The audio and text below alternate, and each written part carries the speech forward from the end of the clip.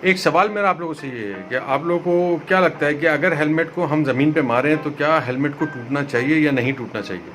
इस सवाल का जवाब मैं आपको आज इस वीडियो के अंदर दूंगा। आपने कहीं नहीं जाना, आपने वीडियो पूरी देखनी है और फिर आप इस बात का अंदाज़ा लगा सकते हैं क्या हेलमेट ज़मीन पे मारने से टूटता है या नहीं टूटता, या हेलमेट ज़मीन पे मारने से टूटना चाहिए या नहीं टूटना चाहिए। चलें वीडियो की तरफ।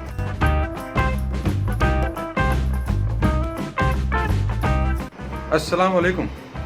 लास्ट वीडियो के अंदर मैंने आप लोगों से हेलमेट की कुछ चीज़ों की और बात की थी, उसका एक छोटा सा रिकैप कर देते हैं। मैंने आप लोगों से कहा था कि आपने हमेशा सर्टिफाइड हेलमेट लेना है, चाहे वो कोई सा भी हो।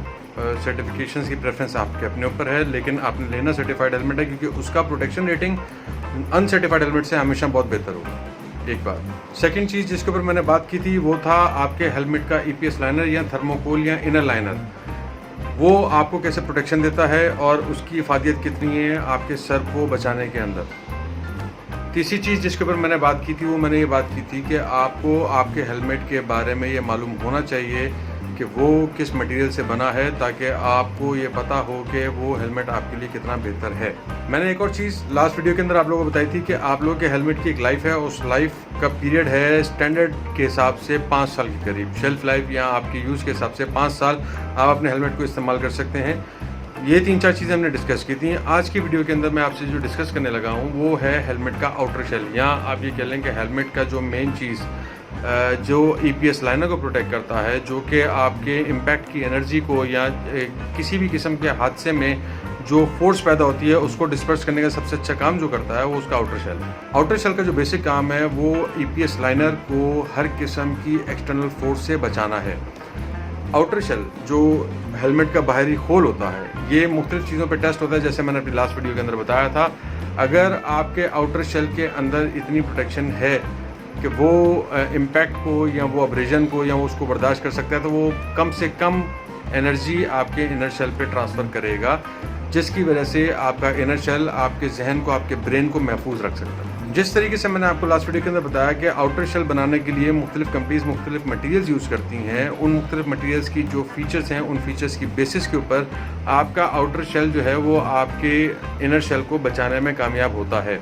डिफरेंट मटीरियल्स की डिफरेंट कैरेक्टरिस्टिक्स हो सकती हैं, जैसे थर्मोप्लास्टिक जो हैं वो थोड़े से हार्ड होते हैं, या उससे बेहतर आप ये कह लें कि थर्मोसेट प्लास्टिक्स आते हैं। उसके बाद फिर आपका फाइबर ग्लास आता है। फाइबर ग्लास की शेल मिड रेंज हेलमेट्स के अंदर जिनकी कीमत जो है वो नॉर्मल हेलमेट से थोड़ी सी ज़्यादा होती है, लेकिन एक्सपेंसिव हेलमेट से कम होती है, ज़्यादातर फाइबर ग्लास हेलमेट्स यूज़ करते हैं। उसकी रीज़न ये है कि उस हेलमेट की जो प्रोटेक्शन है वो बेहतर है कंपेयर टू थर्मोप्लास्टिक्स के। अब अगर आपका हेलमेट जो है वो इम्पैक्ट आगे ट्रांसफ़र नहीं कर रहा, तो इसका मतलब ये है कि आपके हेलमेट का आउटर शेल अच्छी क्वालिटी का बना है। फाइबर ग्लास के बाद फाइबर ग्लास केवलार या फाइबर ग्लास के साथ मुख्तलिफ और मटेरियल्स को मिक्स करके और कुछ शेल्स बनाए जाते हैं जो कि फाइबर ग्लास से बेहतर तरीके से ज़्यादा प्रोटेक्शन प्रोवाइड करते हैं। सबसे हाई एंड पे जो इस्तेमाल हो रहे हैं शेल्स वो नॉर्मली कार्बन फाइबर का आपने नाम सुना होगा।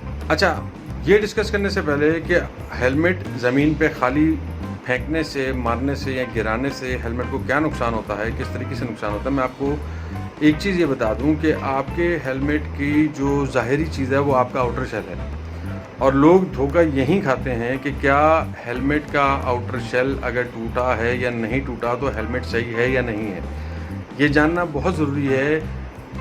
सबसे पहली बात कि अगर खुदा ना खास्ता आप किसी एक्सीडेंट के अंदर इन्वॉल्व हैं और आपका हेलमेट का इम्पैक्ट हुआ है, तो बहुत ज़्यादा चांसेस ये हैं कि वो हेलमेट अब दोबारा इस्तेमाल करने के काबिल नहीं रहेगा। बाज़ाहिरी तौर पे हो सकता है कि आपको नज़र ना आए कि वो ख़राब हो चुका है, लेकिन उसका जो इम्पॉर्टेंट फंक्शन है EPS लाइनर का वो हो सकता है अपना काम कर चुका हो और वो अंदर से क्रैक हो चुका हो, जिसकी वजह से हेलमेट अब दोबारा इस्तेमाल के काबिल नहीं रहा। तो मेरी बात ये गौर से सुनिएगा कि अगर खुदा ना खास्ता आप किसी एक्सीडेंट के अंदर हैं और आपके हेलमेट को चोट आई है, तो आप वो हेलमेट अब दोबारा ना पहने, वो इस्तेमाल ना करें कि वो हेलमेट अपना काम एक दफ़ा कर चुका है। ये बात इसलिए इम्पॉर्टेंट है क्योंकि हेलमेट चूँकि हमारी मार्केट के लिहाज से थोड़े से एक्सपेंसिव हैं और लोग उसको लेकर थोड़ा सा ज़्यादा सेंटिमेंटल होते हैं। आपको ये बात समझना इसलिए भी ज़रूरी है कि आपकी जान इसके ऊपर डिपेंड करती है, आपकी ज़िंदगी इसके ऊपर डिपेंड करती है। अगर एक दफ़ा हेलमेट क्रैश के अंदर या हेलमेट एक्सीडेंट के अंदर इम्पैक्ट कर गया एक दफ़ा हेलमेट को, तो आपने वो हेलमेट अब चेंज करना है। आपको इस सवाल का जवाब देने से पहले कि हेलमेट ज़मीन पे मार के टूटना चाहिए नहीं टूटना चाहिए, मैं एक बहुत इंपॉर्टेंट बात ये बता दूं कि कभी भी आपने यूज्ड हेलमेट परचेज़ नहीं करना है, क्योंकि आपको उस हेलमेट के इस्तेमाल का, प्रीवियस इस्तेमाल के बारे में कुछ इल्म नहीं है। अगर आपके किसी दोस्त ने भी वो हेलमेट इस्तेमाल किया और आपने देखा है, तो आपको ये नहीं पता कि आपके पीछे वो कितनी दफ़ा गिरा या नहीं गिरा। तो जैसे मैंने पहले कहा कि जब हेलमेट गिर जाए तो आपने उसको चेंज करना है, तो आपको ये नहीं पता कि यूज्ड हेलमेट कितनी दफ़ा गिर चुका है, क्या वो अपना काम कर चुका है, ये सेफ़ नहीं है। इसी तरीके से यूज़ हेलमेट का जो दूसरा बड़ा नुकसान होता है वो उसकी EPS की लाइफ होती है। जो इनर शेल है उसकी लाइफ के ऊपर बहुत डिपेंड करता है। आपने एक हेलमेट लिया, आपको नहीं पता कि उसके अंदर EPS फोम की क्या कंडीशन है, उसकी लाइनर की लाइफ कितनी रह गई है नहीं रह गई, आपकी जो पैडिंग है वो आपके चेहरे के हिसाब से नहीं है, वो उस बंदे के चेहरे के हिसाब से जो उसको इस्तेमाल कर रहा था। प्लस एक और हाइजीन का इशू ये आता है कि हेलमेट अगर आप यूज़ किया हुआ लेंगे और वो अगर प्रॉपर्ली वॉश नहीं करता था अगला बंदा, तो हो सकता है कि उससे कोई डिजीज़ आप तक ट्रांसफ़र हो जाए।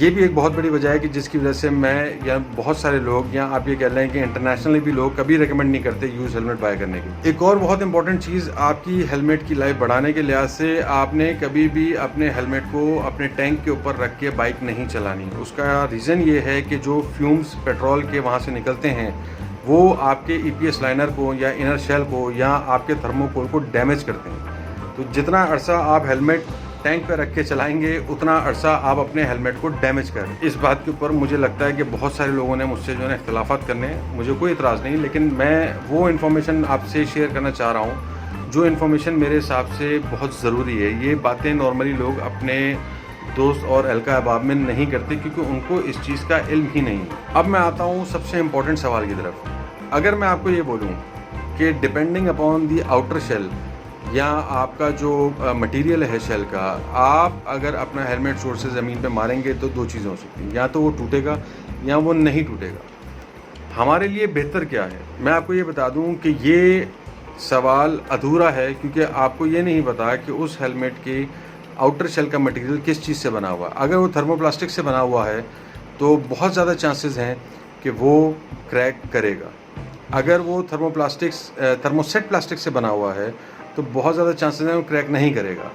इसी तरीके से कि अगर वो फाइबर ग्लास से बना हुआ है तब भी बहुत चांसेस हैं कि वो क्रैक कर जाए या टूट जाए। उसका रीज़न ये है कि जो फोर्स है, जब उस हेलमेट को फोर्स लगेगी तो वो डाइवर्स करेगा, उस फोर्स को वो पूरे इक्वली शेयर करेगा अपनी पूरी सतह के साथ। उस फोर्स को जब वो शेयर कर रहा होगा तो जो पॉइंट्स वहाँ पे वीक होंगे कि वो क्रैक करने के लिए बनाए गए हों ताकि वो फोर्स को तोड़ें, वो क्रैक करेंगे। और आप ये सवाल उठाना शुरू कर देंगे, यार ये हेलमेट तो अच्छा नहीं है। तो भाई मैं आपको आज ये बात बता दूं कि ये ज़रूरी नहीं है कि अगर आपने एक हेलमेट ज़ोर से ज़मीन पे मारा या वो हेलमेट आपके हाथ से गिर गया और वो टूट गया तो वो बुरा हेलमेट है, और अगर वो नहीं टूटा तो बहुत अच्छा हेलमेट है। ये डिपेंड करता है उसके आउटर शेल के ऊपर।